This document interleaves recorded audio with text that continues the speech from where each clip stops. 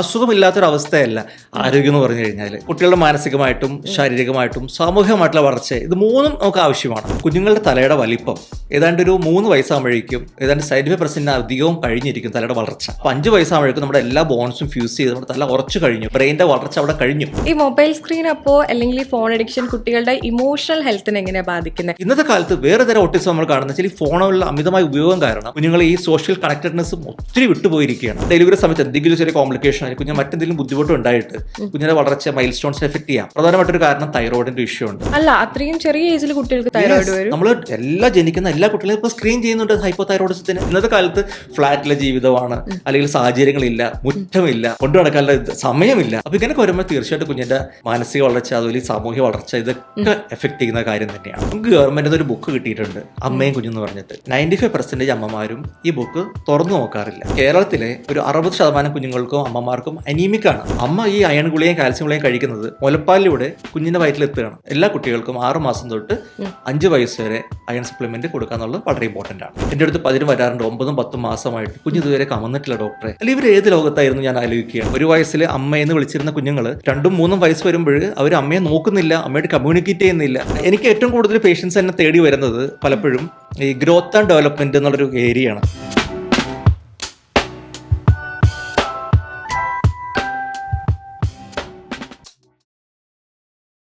നമസ്കാരം, ഡോക്ടർ സ്പീക്കിങ്ങിന്റെ പുതിയൊരു എപ്പിസോഡിലേക്ക് എല്ലാവർക്കും സ്വാഗതം. ഞാൻ സൂര്യ സുജി. കേരളത്തിന്റെ ആരോഗ്യ മേഖല നമ്പർ 1 എന്നാണ് ആരോഗ്യമന്ത്രി വീണ ജോർജ് പറയുന്നത്. നമ്മുടെ സ്വന്തം കുട്ടികളുടെ കാര്യത്തിൽ ബെസ്റ്റ് ഹെൽത്ത് കെയർ കൊടുക്കണമെന്ന് വിചാരിക്കുന്ന മാതാപിതാക്കളാണ് നമുക്ക് ചുറ്റുമുള്ളത്. പ്രത്യേകിച്ച് പഴയ കാലത്തെ അപേക്ഷിച്ച് ജെൻസി മോംസ് കുറച്ചുകൂടി കുട്ടികളുടെ കാര്യത്തിൽ ശ്രദ്ധ കൂടുതലാണ് എന്നുള്ള പല സ്റ്റഡീസും വരുന്നുണ്ട്. കുട്ടികളുടെ ആരോഗ്യ മേഖലയെക്കുറിച്ച് സംസാരിക്കാൻ, അവരുടെ ഗ്രോത്തിനെ കുറിച്ചും ഇമോഷണൽ സ്റ്റേറ്റസിനെ കുറിച്ചും ഒക്കെ സംസാരിക്കാൻ ഇന്ന് നമ്മളുടെ കൂടെ ഉള്ളത് കൺസൾട്ടന്റ് പീഡിയാട്രിഷ്യനും എപ്പിക്സ് ഹെൽത്ത് കെയറിന്റെ CEO ആയിട്ടുള്ള ഡോക്ടർ അനസ് കെ ആണ്. നമസ്കാരം ഡോക്ടർ. നമസ്കാരം. പഴയ അമ്മമാരെ അപേക്ഷിച്ച് ജെൻസി മോംസ് കുട്ടികളുടെ കാര്യത്തിൽ കുറച്ചുകൂടി ശ്രദ്ധ കൂടുതലാണ്. അതായത് പ്രത്യേകിച്ച് ഈ യൂട്യൂബും ഒരുപാട് മാഗസീൻസും ഒക്കെ വായിച്ചിട്ട് എൻ്റെ കുട്ടിക്ക് ഇതാണ് നല്ലത്, വേറൊരു വീഡിയോ ആണ് പറയും, ഓ ഇതല്ല ഇതാണ് നല്ലത് എന്ന് വിചാരിക്കുന്ന അമ്മമാരാണ് ചുറ്റുമുള്ളത്, അല്ലെങ്കിൽ കൂടി വരുന്നത്. അതെന്തുകൊണ്ടാണ് ആ ഒരു കൺസേൺ പഴയ കാലത്ത് നിന്ന് ജെൻസി മോംസിലേക്ക് വരുമ്പോൾ ഉണ്ടായ ഒരു ചേഞ്ച് എന്തുകൊണ്ടാണ്, അല്ലെ എങ്ങനെയാണ്? ഈ പണ്ട് കാലത്ത് നമ്മുടെ വീട്ടിൽ നമ്മുടെ പാരൻസ് ഉണ്ടായിരുന്നു, അമ്മൂമ്മമാരും അപ്പൂപ്പന്മാരൊക്കെ ഉണ്ടായിരുന്നു. അപ്പോൾ അവരുടെ ഒരു ഉപദേശങ്ങൾ എപ്പോഴും കിട്ടുമായിരുന്നു, ഒരു സപ്പോർട്ട്. ഇപ്പൊ ഇവര് അധികവും അണുകുടുംബങ്ങളാണ്, അപ്പോൾ സപ്പോർട്ട് ചെയ്യാൻ ഇവർക്ക് ആരുമില്ല. അപ്പോൾ ഇവർക്ക് ഇങ്ങനത്തെ കുറച്ച് കൊച്ചു ഇഷ്യൂസ് ഒക്കെ വരുമ്പോൾ വേഗം ഗൂഗിൾ ചെയ്യുക എന്നുള്ളതാണ്. പണ്ടൊക്കെ ഇപ്പോൾ ഞാനൊക്കെ വർക്ക് ചെയ്ത് തുടങ്ങുന്ന സമയത്ത് നമ്മൾ ഏഷ്യാനെറ്റിൽ ഡോക്ടർ ലൈവ് ഒക്കെ ചെയ്തുകൊണ്ടിരുന്നത്. പക്ഷെ അതിന് ശേഷമാണ് ഈ ഒരു വലിയ സോഷ്യൽ മീഡിയയുടെ ഒരു ഏരിയ അങ്ങ് ഓപ്പൺ അപ്പ് ആയത്. അപ്പോൾ അതുകൊണ്ട് തന്നെ ആയിരിക്കാം ഇപ്പോൾ വിരൽത്തുമ്പത്താണല്ലോ ലോകം നിൽക്കുന്നത്. അപ്പോൾ ആരെങ്കിലും ചോദിക്കുന്നതിന് മുമ്പ് തന്നെ ഇമ്മീഡിയറ്റ്ലി ദേ വിൽ ഗൂഗിൾ, അതല്ലെങ്കിൽ ഇതുപോലുള്ള മീഡിയകളിലേക്ക് ചാനലുകൾക്ക് കയറി വന്നിട്ട് അവർ നോക്കുന്നു, ദേ ഗെറ്റിംഗ് ദ റിസൾട്ട് ഓൾസോ. പിന്നെ ചോദ്യങ്ങൾ അത്ര മാത്രം വരുന്നത് നമുക്ക് പേഴ്സണൽ മെസ്സേജസിൽ ഒത്തിരി DM ഡയറക്റ്റ് മെസ്സേജ് ചോദിക്കുന്ന ഒത്തിരി ക്വസ്റ്റ്യൻസും ഉണ്ട്. ഇപ്പം വളരെ ചെറിയ കാര്യങ്ങൾ തൊട്ട്, കാരണം പലപ്പോഴും പല ഡോക്ടേഴ്സിന്റെ അടുത്തൊക്കെ പോകുമ്പോൾ ചിലപ്പോൾ ഇത്രയും ഫ്രീ ആയിട്ട് സംസാരിക്കാനോ ചോദിച്ചു മനസ്സിലാക്കാനോ ഒക്കെ പറ്റുന്നുണ്ടാവില്ല. അപ്പൊ അവര് ഇങ്ങനെ ഒരു ഡോക്ടറെ കാണുമ്പോൾ അവരായിരിക്കും ശരി നമ്മുടെ ഡോക്ടറെ ഒന്ന് മുട്ടി നോക്കാം, അങ്ങനെ അവര് DM ചെയ്യാണ് നമുക്ക് പേഴ്സണൽ മെസ്സേജ് അയക്കുന്നത്. നമ്മുടെ ഇതിൽ നമ്മളൊരു പരിധിവരെയൊക്കെ അവർ എന്റർടൈൻ ചെയ്യും. എപ്പോഴും നമുക്ക് തിരക്കായിരിക്കാം, അല്ലെങ്കിൽ നമ്മുടെ പ്രൊഫഷന്റെ ഭാഗമാണ്. എപ്പോഴും ഇപ്പൊ ഫ്രീ ആയിട്ട് നമ്മൾ പറഞ്ഞു കൊടുത്തു കഴിഞ്ഞാൽ മറ്റു ഡോക്ടർക്ക് ഒരു ബുദ്ധിമുട്ടാവും, അവര് വയറ്റിവീഴ്പ്പാണല്ലോ. അപ്പോൾ പലപ്പോഴും നമ്മൾ ഇതെല്ലാം എന്റർടൈൻ ചെയ്യാറുണ്ട്. കാരണം പല സ്ഥലങ്ങളിലും പോയിട്ടും വന്നിട്ടും ചില കറക്റ്റായിട്ടുള്ള ഉപദേശങ്ങൾ കിട്ടാതെ വരുമ്പോഴോ അല്ലെങ്കിൽ അവർ സാറ്റിസ്ഫൈഡ് അല്ലെങ്കിൽ ഒബ്വിയസ്ലി അവർ നമ്മളോട് ചോദിക്കുമ്പോൾ ചെറിയ സഹായമൊക്കെ നമ്മൾ ചെയ്ത് കൊടുക്കാറുണ്ട്. പിന്നെ മാക്സിമം നമുക്ക് പറ്റുന്ന രീതിയിലുള്ള സിൻസിയർ ആയിട്ടുള്ള ഉപദേശങ്ങളും ഇൻഫർമേഷൻസും ആണ് നമ്മൾ ഷെയർ ചെയ്യുന്നത് നമ്മുടെ റീൽസിലൂടെ. ഓൾറെഡി എൻ്റെ പേര് അടിച്ച് നമുക്ക് റീൽസ് ഒത്തിരി കാണാൻ പറ്റും, പല വിഭിന്ന ടോപ്പിക്കായിട്ട് ഒത്തിരി. ഇപ്പോൾ 1000-ലധികം റീൽസ് എൻ്റെ കിടക്കുന്നുണ്ട്. അപ്പോൾ അതിൽ തന്നെ എനിക്ക് ഏറ്റവും കൂടുതൽ പേഷ്യൻസ് എന്നെ തേടി വരുന്നത് പലപ്പോഴും ഈ ഗ്രോത്ത് ആൻഡ് ഡെവലപ്മെന്റ് എന്നുള്ളൊരു ഏരിയയാണ്, കുഞ്ഞുങ്ങളുടെ വളർച്ച. ഇപ്പൊ നമ്മളിപ്പോ ഹെൽത്തിന്റെ ഒരു ഡെഫിനിഷൻ പറയുകയാണെങ്കിൽ നമ്മൾ ഇംഗ്ലീഷിൽ health is physical, mental and social wellbeing, not merely an absence of illness. അസുഖമില്ലാത്തൊരവസ്ഥയല്ല ആരോഗ്യം എന്ന് പറഞ്ഞു കഴിഞ്ഞാൽ. കുട്ടികളുടെ മാനസികമായിട്ടും ശാരീരികമായിട്ടും സാമൂഹികമായിട്ടുള്ള വളർച്ച, ഇത് മൂന്നും നമുക്ക് ആവശ്യമാണ്. അപ്പോൾ ഇതിപ്പോൾ കുട്ടി ചോദിച്ച പോലെ തന്നെ ഈ ഒരു ജെൻസി മീഡിയയിൽ ഈ പാരൻസ് ബിസിയാണ്, 2 പാരൻസ് ഫാദറും മദറും ബിസിയാണ്. ഈ കുഞ്ഞുങ്ങളെ ഒറ്റയ്ക്ക് ഇരുത്തിയിട്ട് അവർ ജോലിക്ക് പോകുക, അല്ലെങ്കിൽ അവരുടെ അവർക്ക് ഫോൺ നോക്കാനോ അല്ലെങ്കിൽ സിസ്റ്റത്തിൽ ഇരിക്കാനോ ചിലപ്പോൾ ഈ ഫോൺ കുഞ്ഞിന് കൊടുത്തിട്ടാണ് പോകുന്നത്. ഇപ്പൊ എന്റെ കൺവെട്ടത്ത് കഴിഞ്ഞ 2-3 വർഷമായിട്ട് കൂടുതൽ വരുന്ന പേഷ്യൻസ് കുഞ്ഞുങ്ങൾ അവർ സംസാരമൊക്കെ ഡിലേ ആയിട്ട് ഒത്തിരി കുട്ടികൾ വരുന്നുണ്ട്. ഇപ്പോൾ 1 വയസ്സിൽ അമ്മയെന്ന് വിളിച്ചിരുന്ന കുഞ്ഞുങ്ങൾ 2-3 വയസ്സ് വരുമ്പോൾ അവർ അമ്മയെ നോക്കുന്നില്ല, അമ്മയോട് കമ്മ്യൂണിക്കേറ്റ് ചെയ്യുന്നില്ല, അമ്മയുടെ പേര് അല്ലെങ്കിൽ അമ്മയെന്ന് വിളിക്കുന്നില്ല. ആ ഒരു അവസ്ഥയിലേക്ക് പോവുകയാണ്. കാരണം കുഞ്ഞുങ്ങൾ ഒരു ഓട്ടിസം എന്ന് പറഞ്ഞാൽ 2 സ്പെക്ട്രം ഉണ്ട്. ഒന്ന് ശരിക്കുള്ള ഓട്ടിസം, റിയൽ ആയിട്ടുള്ള ഓട്ടിസം. അതിൽ കുഞ്ഞ് ഇപ്പോൾ 6 മാസമാണെങ്കിൽ നമുക്ക് നേരത്തെ അറിയാൻ പറ്റും അമ്മയായിട്ടുള്ള ഒരു കമ്മ്യൂണിക്കേഷനോ അല്ലെങ്കിൽ അമ്മ കൊഞ്ചിക്കുമ്പോൾ അമ്മയെ നോക്കുവോ ചിരിക്കുവോ ഇങ്ങനത്തെ കാര്യങ്ങൾ ചെയ്യാതെ ഇത് വരുമ്പോഴേ നമുക്ക് നേരത്തെ ഡിറ്റക്ട് ചെയ്യാൻ പറ്റും കുഞ്ഞ് ഓട്ടിസത്തിലേക്ക് പൊയ്ക്കൊണ്ടിരിക്കുകയാണെന്നുള്ളത്. പക്ഷെ ഇന്നത്തെ കാലത്ത് വേറെ തരം ഓട്ടിസം നമ്മൾ കാണുന്ന വെച്ചാൽ ഈ ഫോണുകളുടെ അമിതമായ ഉപയോഗം കാരണം കുഞ്ഞുങ്ങൾ ഈ സോഷ്യൽ കണക്റ്റഡ്നെസ്സും ഒത്തിരി വിട്ടുപോയിരിക്കുകയാണ്. അപ്പോൾ അത് വലിയ ഒരു ശ്രദ്ധിക്കേണ്ട ഒരു കാര്യം തന്നെയാണ് നമ്മളിപ്പോൾ ഈ കാലഘട്ടത്തിൽ. നമ്മുടെ സെക്കൻഡ് ക്വസ്റ്റ്യനും അതിലേക്ക് തന്നെയാണ് പോകുന്നത്. കുട്ടികളും ആ ഒരു സ്ക്രീൻ ടൈമും തമ്മിലുള്ള ആ ഒരു റിലേഷൻഷിപ്പ്. ഇപ്പം എല്ലാവരും നമ്മൾ ഏജിലായാലും എല്ലാവരും ഫോണിൽ ഭയങ്കരമായിട്ട് എഡിക്റ്റഡ് ആണ്, സോഷ്യൽ മീഡിയയിൽ എഡിക്റ്റഡ് ആണ്. പക്ഷേ പണ്ട് കാലത്ത് പുറത്തുപോയി സുഹൃത്തുക്കളുടെ കൂടെ മണ്ണിലൊക്കെ കളിച്ച് നടന്ന കുട്ടികൾ ഇപ്പോൾ ഒരു വീടിന് ചുറ്റും അല്ലെങ്കിൽ 4 ചുമരുകൾക്കുള്ളിൽ ഇരുന്നിട്ട് മൊത്തം ഫോൺ അഡിക്ഷനാണ്. കുട്ടികളെയും പറഞ്ഞിട്ട് കാര്യമില്ല, അവർക്ക് വേറെ പുറത്ത് പോകാനുള്ള ഒരു എൻ്റർടൈൻമെൻറ്റോ അല്ലെങ്കിൽ സുഹൃത്തുക്കളോ ഇപ്പോഴത്തെ ഒരു സാഹചര്യത്തിൽ ഉണ്ടാവുന്നില്ല. അപ്പം അവർക്ക് ആകെയുള്ള ഏക ആശ്രയം എന്ന് പറയുന്നത് ഫോണാണ്. ഇപ്പോൾ പഠിത്തത്തിനായാലും പോലും ഫോൺ ഉപയോഗിക്കേണ്ടത് അത്യാവശ്യമാണ്. അപ്പോൾ ഗെയിംസിൻ്റെ പുറകെ ആയാലും സോഷ്യൽ മീഡിയേൻ്റെ പുറകെ ആയാലും ഒരു 6 വയസ്സ് മുതൽ കുട്ടികൾ ഇതിൽ ഇൻവോൾവ് ആണ്. ആ ഒരു സ്ക്രീൻ ടൈം അല്ലെങ്കിൽ അമിതമായിട്ടുള്ള മൊബൈൽ ഉപയോഗം എങ്ങനെയാണ് കുട്ടിയുടെ ബുദ്ധി വളർച്ചയെ അതോടൊപ്പം തന്നെ കുട്ടികളുടെ ആ ഒരു ഇമോഷണൽ ആയിട്ടുള്ള മാനസികാവസ്ഥയൊക്കെ എങ്ങനെയാണ് പ്രശ്നത്തിലാക്കുന്നത്? നമ്മളിപ്പോൾ പറഞ്ഞു വരുമ്പോൾ ഇപ്പോൾ പാരൻസ് ആണെങ്കിൽ ഇപ്പോൾ ജെൻസി കഴിഞ്ഞ ദിവസം അടുത്ത് ഞാൻ വായിച്ചൊരു ആർട്ടിക്കിളിൽ അവർക്കും സോഷ്യൽ മീഡിയ മടുത്തു എന്നാണ് ഞാൻ വായിച്ചത്. ഒരു മൊബൈൽ അഡിക്ഷനൊക്കെ അവരിലും കുറഞ്ഞു വരുന്നു എന്നുള്ളൊരു സാഹചര്യം ഞാൻ വായിച്ചിരുന്നു. നമ്മുടെ കുഞ്ഞുങ്ങൾക്ക് മാക്സിമം നമ്മൾ ടൈം കൊടുക്കുക എന്നുള്ളതാണ്. അപ്പോൾ എൻ്റെ അടുത്ത് വരുന്ന ഓരോ ഈ പറഞ്ഞ കേസായിട്ട് വരുമ്പോൾ ഞാൻ പറയുന്നത് നിങ്ങൾ ഇതിന് ട്രീറ്റ്മെൻറ്റ് നിങ്ങളുടെ സമയം കൊടുക്കുക എന്നുള്ളതാണ് കുഞ്ഞുങ്ങൾക്ക്. അപ്പോൾ ഈ കുഞ്ഞുങ്ങൾ എന്താ പറ്റുക വെച്ചാൽ ഇപ്പോൾ തലച്ചോറിൻ്റെ വളർച്ച എന്ന് പറഞ്ഞു കഴിഞ്ഞാൽ ആദ്യത്തെ ഒരു വർഷം 10 സെൻറ്റിമീറ്റർ തല വലുതാവുകയാണ്. ഈ തലയ്ക്കകത്ത് ബ്രെയിൻ വലുതാണ്. അത് കഴിഞ്ഞിട്ട് ഈ 1 വയസ്സ് കഴിഞ്ഞ് കഴിഞ്ഞാൽ 2 വയസ്സുള്ള കാലഘട്ടത്തിൽ പിന്നെയും വളർച്ച നടക്കുകയാണ്. കുഞ്ഞുങ്ങളുടെ തലയുടെ വലിപ്പം ഏതാണ്ട് ഒരു 3 വയസ്സാകുമ്പോഴേക്കും ഏതാണ്ട് 75% അധികവും കഴിഞ്ഞിരിക്കും തലയുടെ വളർച്ച. 5 വയസ്സാകുമ്പോഴേക്കും നമ്മുടെ ഹെഡിന്റെ അതേ സൈസിൽ എത്തുകയാണ്, അഡൽട്ട് സൈസ് ഏതാണ്ട് 50 സെന്റിമീറ്റേഴ്സ്. അതിൽ കൂടുതൽ പോകത്തില്ല നമ്മുടെ തലയുടെ വളർച്ച. അപ്പൊ 5 വയസ്സാകുമ്പോഴേക്കും നമ്മുടെ എല്ലാ ബോൺസും ഫ്യൂസ് ചെയ്ത് നമ്മുടെ തല ഉറച്ചു കഴിഞ്ഞു, ഫിക്സ് ചെയ്തു, നമ്മുടെ ബ്രെയിനിന്റെ വളർച്ച അവിടെ കഴിഞ്ഞു. അപ്പൊ ഇതിൽ ഏറ്റവും കൂടുതൽ വളർച്ച നടക്കുന്നത് ആദ്യത്തെ ഒരു വർഷവും പിന്നെ 2ാമത്തെ വർഷവും പിന്നെ കുറച്ച് ബാക്കി സമയങ്ങളാണ്. അപ്പൊ ഈ വളരെ പ്രധാനപ്പെട്ട ഈ കാലഘട്ടത്തിൽ ഈ കുഞ്ഞ് ഫുൾ ടൈം ഒരാളോട് കമ്മ്യൂണിക്കേറ്റ് ചെയ്യാതിരിക്കുകയോ അല്ലെങ്കിൽ സംസാരിക്കാതിരിക്കുകയോ പുതിയ വാക്കുകൾ പഠിക്കാതിരിക്കുകയോ ഇതൊക്കെ വരുമ്പോൾ ഒബിയസ്ലി അവരുടെ ബ്രെയിൻ ഓഫായി തന്നെ പോവാണ്, ഫ്യൂസായി പോവാണ്. കാരണം ന്യൂറോൺസ് വലുതായിക്കൊണ്ടിരിക്കുകയാണ്, വളർന്നുകൊണ്ടിരിക്കുകയാണ്. മില്യൺസ് ഓഫ് ന്യൂറോൺസ് ബ്രെയിനിൽ ഇങ്ങനെ സ്പ്രെഡ് ചെയ്തുകൊണ്ടിരിക്കുകയാണ്. ഇതൊക്കെ കറക്റ്റ് ടൈമിൽ എന്തെങ്കിലും ഭാഷ നമ്മൾ പഠിപ്പിച്ചിട്ട് അവർ പഠിക്കുമെന്ന് അറിയാമോ? ഇപ്പം 5 വയസ്സിലെ കുട്ടികൾ ഇപ്പോൾ പല രീതിയിൽ നോക്കണേ എത്രയോ 4, 5, 6 ഭാഷ കൈകാര്യം ചെയ്യുന്ന കുട്ടികളുണ്ട്. നമ്മൾ ട്രെയിൻ ചെയ്യുന്നതനുസരിച്ചിരിക്കും. നമ്മൾ ചില അത്ഭുത കുട്ടികളെ കണ്ടിട്ടുണ്ട്, യൂട്യൂബിലും ശ്രദ്ധിച്ചിട്ടുണ്ടല്ലോ. അപ്പോൾ പക്ഷെ ഒട്ടും കെയർ ചെയ്യാത്ത പാരൻസ് ഈ പറഞ്ഞ കുഞ്ഞുങ്ങൾ ശരിക്കും ഓഫായി പോകുന്നുള്ളതാണ്. അപ്പോൾ നമ്മൾ അവരെ ശരിക്കും ടേക്ക് കെയർ ചെയ്യണം എന്നുള്ളതാണ് എൻ്റെ റിക്വസ്റ്റ് ആണ്. ഈ മൊബൈൽ സ്ക്രീൻ അപ്പോൾ അല്ലെങ്കിൽ ഈ ഫോൺ അഡിക്ഷൻ കുട്ടികളുടെ ഇമോഷണൽ ഹെൽത്തിനെ എങ്ങനെയാണ് ബാധിക്കുന്നത്? നമ്മളിപ്പോൾ ബുദ്ധി വളർച്ചയെ കുറിച്ച് പറഞ്ഞു, ഇമോഷണൽ ഹെൽത്തിനെ എങ്ങനെയാണ് ബാധിക്കുന്നത്? അല്ല, നമ്മളിപ്പോൾ ഹെൽത്തിന്റെ ഡെഫിനിഷൻ പറഞ്ഞു, physical, mental and social wellbeing അല്ലേ? അപ്പോൾ ഇതിൽ ഫിസിക്കൽ ഓക്കെ, കുഞ്ഞ് കളിച്ചില്ല, ഓടിച്ചാടി നടന്നില്ല എങ്കിൽ തീർച്ചയായും വളർച്ചനെ അത് എഫക്ട് ചെയ്യും, കുഞ്ഞിന്റെ ഹൈറ്റും വെയിറ്റും. അതും ഈ ആദ്യത്തെ ഈ 2-3 വയസ്സിൽ വളരെ ഇമ്പോർട്ടൻ്റ് ആണ്. കാരണം കുഞ്ഞ് ജനിക്കുമുണ്ടാവുന്ന ഹൈറ്റിന്റെ ആ ലെങ്ത്തിന്റെ ഒരു ഡബിൾ ആവുന്നത് ഏതാണ്ട് 3-4 വയസ്സാവുമ്പോഴേക്കും ഡബിൾ ആകും. ഇത് അവരുടെ അൾട്ടിമേറ്റ് ഹൈറ്റിനെ ചെയ്യുന്ന കാര്യമാണ്. ഈ ഒരു 3-4 വയസ്സിലുണ്ടാവുന്ന ഹൈറ്റിന്റെ ഓൾമോസ്റ്റ് ഡബിളിലേക്ക് ആയിരിക്കും അവർ ഫൈനൽ അൾട്ടിമേറ്റ് ഹൈറ്റ് 18 വയസ്സാകുമ്പോൾ കിട്ടുന്ന ഹൈറ്റ്. ഈ സമയത്ത് അവർ മാക്സിമം ഗ്രോ ചെയ്തില്ലെങ്കിൽ ഇപ്പൊ ന്യൂട്രീഷന്റെ കുറവ് കൊണ്ടോ അല്ലെങ്കിൽ കളിയുടെ കുറവ് കൊണ്ടോ മറ്റു വൈറ്റമിൻ ഡിയുടെ കുറവ് കൊണ്ടോ എന്തെങ്കിലും വിറ്റമിൻസിന്റെ കുറവുകൊണ്ടൊക്കെ കുഞ്ഞ് വളർന്നില്ലെങ്കിൽ അത് അൾട്ടിമേറ്റ്ലി അവരുടെ അൾട്ടിമേറ്റ് ഹൈറ്റിനെ ഫൈനൽ ഹൈറ്റിനോട് ബാധിക്കാൻ പോവുകയാണ്. അതുപോലെ തന്നെ ഈ സോഷ്യലും മെന്റൽ സ്കിൽസും കാര്യങ്ങളൊക്കെ തന്നെയാണെങ്കിൽ സോഷ്യൽ എന്ന് പറഞ്ഞാൽ ഒരാൾ കമ്മ്യൂണിക്കേറ്റ് ചെയ്യുന്ന ഒരു കാര്യമാണ്, ആശയവിനിമയം നടത്തുക എന്നുള്ള കാര്യമാണ്. അപ്പോൾ ഇതൊക്കെ നമ്മൾ വീട്ടിൽ നിന്നും അമ്മ കുഞ്ഞിനെ ലാളിക്കുമ്പോഴോ അല്ലെങ്കിൽ അതിനോട് സംസാരിക്കുമ്പോഴോ കൊഞ്ചിക്കുമ്പോഴോ കഥകൾ പറഞ്ഞു കൊടുക്കുമ്പോഴോ, ഇപ്പം ഞാൻ പറയുന്നത് എപ്പോഴും വെച്ചാൽ ഭക്ഷണം കൊടുക്കുമ്പോഴേ ഇവർ ഈ ഫോൺ കൊടുത്തിട്ടാണ് ഈ ഭക്ഷണം കഴിപ്പിക്കുന്നത്. കുഞ്ഞ് ഇത് അറിയുന്നില്ല, കുഞ്ഞ് ഇങ്ങനെ ഉരുള വിട്ടുന്നു, അതിങ്ങനെ കഴിച്ചു പോകുന്നു. ആ സമയത്ത് നമ്മൾ അമ്മ കുഞ്ഞിനോട് കൊഞ്ചിക്കുക, 2 വാക്ക് പറയുക, 2 കഥകൾ പറയുക, ഒരു ആശയവിനിമയം നടത്തുമ്പോഴും എന്താ സംഭവിക്കുന്ന അവിടെ? കുഞ്ഞ് പുതിയ പുതിയ വാക്കുകൾ പഠിക്കുകയാണ്, പുതിയ പുതിയ ആശയങ്ങൾ ഡെവലപ്പ് ചെയ്യണം, കഥകളുടെ ലോകത്തേക്ക് പോവുകയാണ്, ഭാവനകൾ വിടരുകയാണ്. മനസ്സിലാവുന്നു? അപ്പൊ ഇതാണ് നമ്മൾ ശരിക്കും ചെയ്യേണ്ട കാര്യം. കുഞ്ഞിനെ കൊണ്ടു നടന്ന്, നമ്മുടെ വീട്ടിൽ മുത്തശ്ശിമാരൊക്കെ ഉണ്ടെങ്കിൽ അവരെന്താ ചെയ്യുക? കുഞ്ഞുങ്ങളെ കൂടെ രാവിലെ പുറത്തിറങ്ങും, ആ ഒരു 10 മണിക്ക് വെയിൽ കൊള്ളിച്ച് കാക്കയും പൂച്ചയും കാണിച്ചു കൊടുത്ത് കഥകൾ പറഞ്ഞു കൊടുത്ത് അങ്ങനെ ഭക്ഷണം കൊടുത്താണ് കുഞ്ഞുങ്ങളെ നമ്മളെ വളർത്തിയിരിക്കുന്നത്. നമ്മൾ കണ്ടത് അങ്ങനെയാണ്. പക്ഷെ ഇന്നത്തെ കാലത്ത് ഫ്ലാറ്റിലെ ജീവിതമാണ്, അല്ലെങ്കിൽ സാഹചര്യങ്ങളില്ല, മുറ്റമില്ല, കൊണ്ടു നടക്കാനുള്ള സമയമില്ല.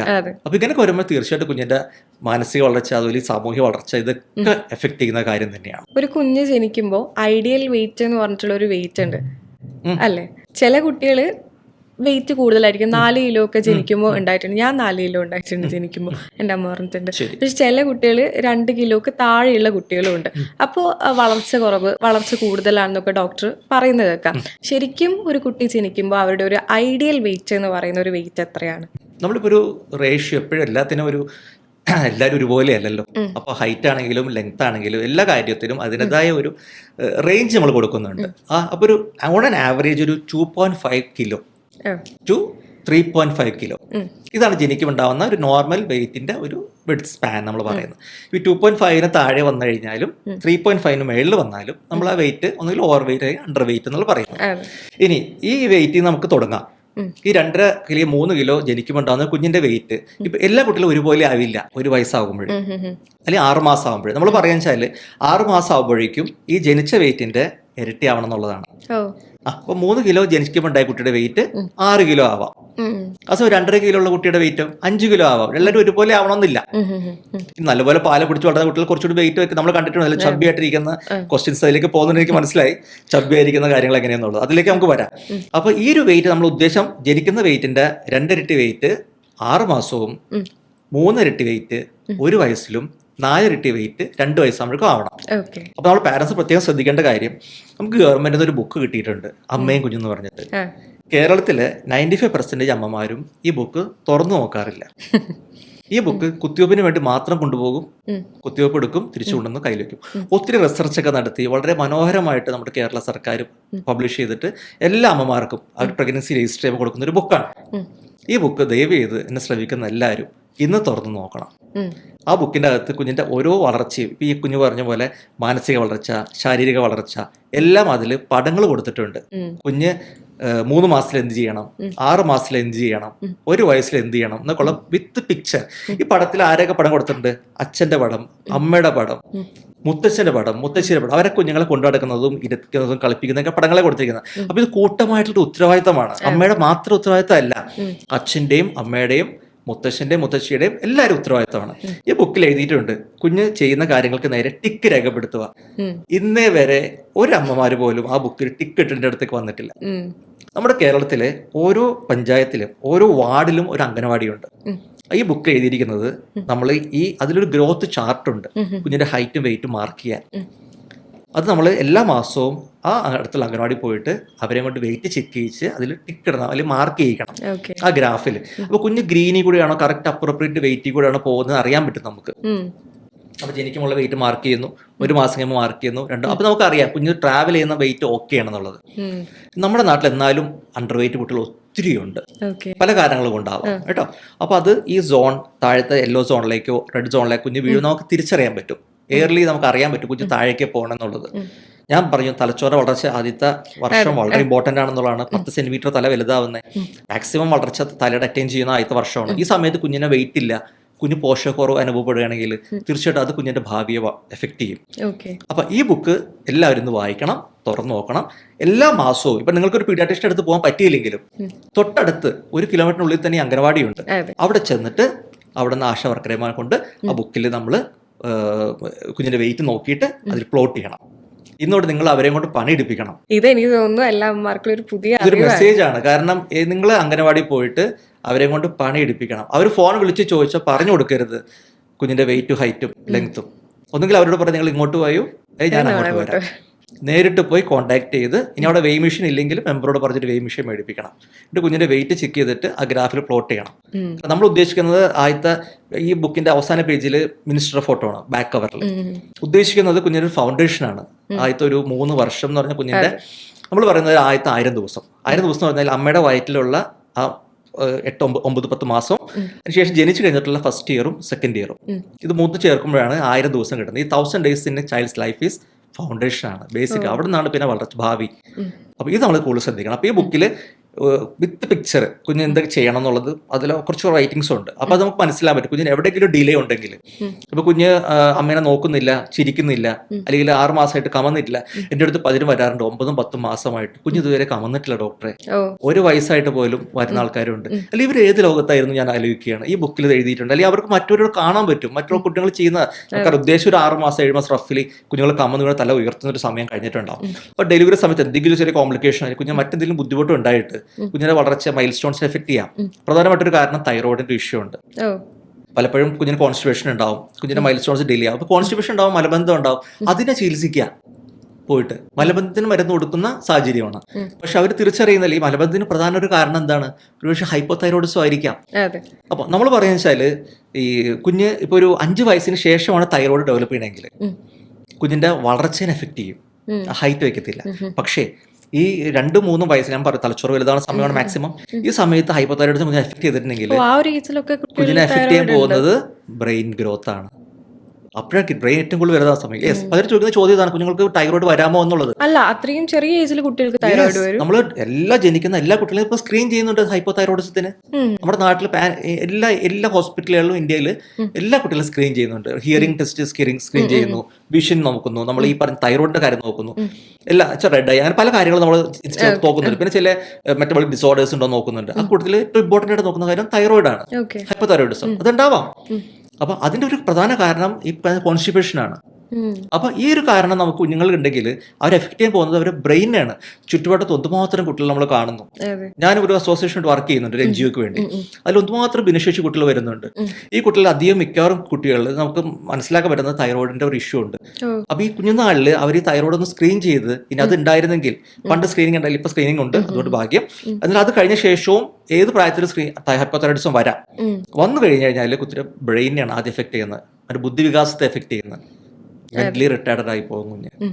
അപ്പോൾ പാരൻസ് ശ്രദ്ധിക്കുക, കുഞ്ഞുങ്ങളുടെ മൈൽ സ്റ്റോൺസ് ഡിലേ ഉണ്ട്, അല്ലെങ്കിൽ ഇതുപോലെ കോൺസ്റ്റിപ്പേഷൻ ഉണ്ട്, മലബന്ധം ഉണ്ടെങ്കിലൊക്കെ ഒന്ന് റൂൾ ഔട്ട് ചെയ്യുക, ഒന്ന് തൈറോയിഡ് ഒന്ന് ചെക്ക് ചെയ്യുക എന്നുള്ളത് നല്ലതായിരിക്കും. പലപ്പോഴും ഡോക്ടേഴ്സ് ചിലപ്പോൾ പല തിരക്ക് കൊണ്ടോ പല കാരണങ്ങൾ കൊണ്ടോ മിസ്സായി പോകും, ചിലപ്പോൾ ശ്രദ്ധയിൽപ്പെട്ടെന്ന് വരത്തില്ല. ഏറെ കുറേയൊക്കെ പേഷ്യൻ്റ് വരുന്ന രോഗിയുടെ ഭാഗ്യം കൂടി ഉണ്ട്. ഡോക്ടർ മനസ്സിൽ അസുഖം എന്താന്നുള്ളത് കത്തുക എന്നുള്ളത്, പിന്നെ പേനത്തുമ്പിലെ കറക്റ്റ് മരുന്ന് വരിക എന്നുള്ളതൊക്കെ ഒരു ഭാഗ്യമാണ് ഏറെ കുറെയൊക്കെ. ഇനി മരുന്ന് കുഞ്ഞ് കൃത്യമായിട്ട് കഴിക്കുക, അമ്മമാർ കൊടുക്കുക, അസുഖം മാറി കിട്ടുക എന്നൊക്കെ ഉള്ളത് ഏറെ കുറെയൊക്കെ ഒരു മൊത്തത്തിലൊരു സംഭവങ്ങളാണ് ഞാൻ പറഞ്ഞു വരുന്നത് വെച്ചാൽ. അപ്പോൾ ഇങ്ങനൊരു കാര്യം നമുക്കും കുറച്ച് ശ്രദ്ധ വേണം. കാരണം പാരൻസിനും കുഞ്ഞുങ്ങളുടെ കാര്യത്തിൽ ഇപ്പൊ ഞാൻ പറഞ്ഞു, ഈ അംഗനവാടിയിൽ നിന്ന് ആശാ വർക്കർമാർ നിങ്ങളുടെ വീട്ടിൽ നിങ്ങളെ കുഞ്ഞിനെ കണക്കത്തില്ല, കുഞ്ഞ് വെയിറ്റ് വയ്ക്കുന്നവരെ നോക്കത്തില്ല. നമ്മുടെ കൂടെ കുറച്ചൊരു കൂട്ടുത്തരവാദിത്തമാണ്. അപ്പൊ നമ്മളോട് അവിടെ ചെന്ന് അവരെ കൊണ്ട് പണിയെടുപ്പിക്കുക. അത് നമ്മൾ മാത്രമല്ല, ഇപ്പൊ നമ്മൾ സോഷ്യൽ മീഡിയയിൽ എന്തുമാത്രം ഗ്രൂപ്പുകളുണ്ട്, family group, friends group, college പഠിച്ച ഒരു ഗ്രൂപ്പ് ഒക്കെ ഉണ്ടല്ലോ. ഞാൻ പറയുന്ന മെസ്സേജ് ഒന്ന് ഷെയർ ചെയ്യുക, നിങ്ങൾ എല്ലാ ഗ്രൂപ്പിലും ഇടുക. ആ അമ്മയും കുഞ്ഞുങ്ങളുടെ ബുക്ക്, ആ ബുക്ക് എല്ലാവരും ഒന്ന് വായിക്കുക. എന്നിട്ട് അതിൽ കുറെ കാര്യം എഴുതിയിട്ടുണ്ട്. കുഞ്ഞിന് അയൺ കൊടുക്കുന്ന കാര്യം എഴുതിയിട്ടുണ്ട്. അനീമിയ എന്ന് പറഞ്ഞാൽ വിളർച്ച, HB കുറവ്. അപ്പൊ എന്താ പറ്റുക വെച്ചാൽ ഇത് കുഞ്ഞിന്റെ ഡെവലപ്മെന്റിനെ ബാധിക്കുന്ന കാര്യമാണ്. അപ്പൊ ആ ബുക്കിൽ നമ്മൾ എഴുതിയിരിക്കുന്നത് കേരളത്തിലെ ഒരു 60% കുഞ്ഞുങ്ങൾക്കും അമ്മമാർക്കും അനീമിക്കാണ്. ഇപ്പൊ എന്നെ ശ്രദ്ധിക്കുന്ന കുട്ടിക്കും ഒരു പക്ഷേ ഡോണോ അനീമിയ ഉണ്ടോ എന്ന് നമുക്ക് അറിയത്തില്ല. അനീമിയ ഉണ്ടെങ്കിൽ അമ്മമാർക്ക് എന്താ പറ്റുക, അവർക്ക് ജനിക്കാൻ വന്ന കുഞ്ഞുങ്ങൾ അതിൻ്റെ കുറവുകളുണ്ടാകും, അല്ലെങ്കിൽ അമ്മമാർക്ക് മുടികൊഴിച്ചിലുണ്ടാകും, ആരോഗ്യക്കുറവ്, ക്ഷീണം, വിശപ്പില്ലായ്മ, പല പ്രശ്നങ്ങളുണ്ടാവും. ഈ അമ്മമാര് അരി തിന്നുന്ന അമ്മമാരുണ്ടാവാം, പൈക്കാന്ന് പറയും നമ്മൾ, വിളർച്ച വന്നു കഴിഞ്ഞാൽ. ഇത് തന്നെ കുഞ്ഞുങ്ങളിലും ഉണ്ട്. കുഞ്ഞുങ്ങൾ കല്ലും മണ്ണും തിന്നും, ഐസ് തിന്നും, സോപ്പ് തിന്നും. ഇനി മുതിർന്നവർക്കാണെങ്കിലും പെട്രോളിന്റെ മണ്ണെണ്ണയുടെ സ്മെല്ല് ഭയങ്കര ഇഷ്ടമായിരിക്കും. ഇതെല്ലാം വിളർച്ചയുടെ ലക്ഷണങ്ങളാണ്, അനീമിക്കാണ്.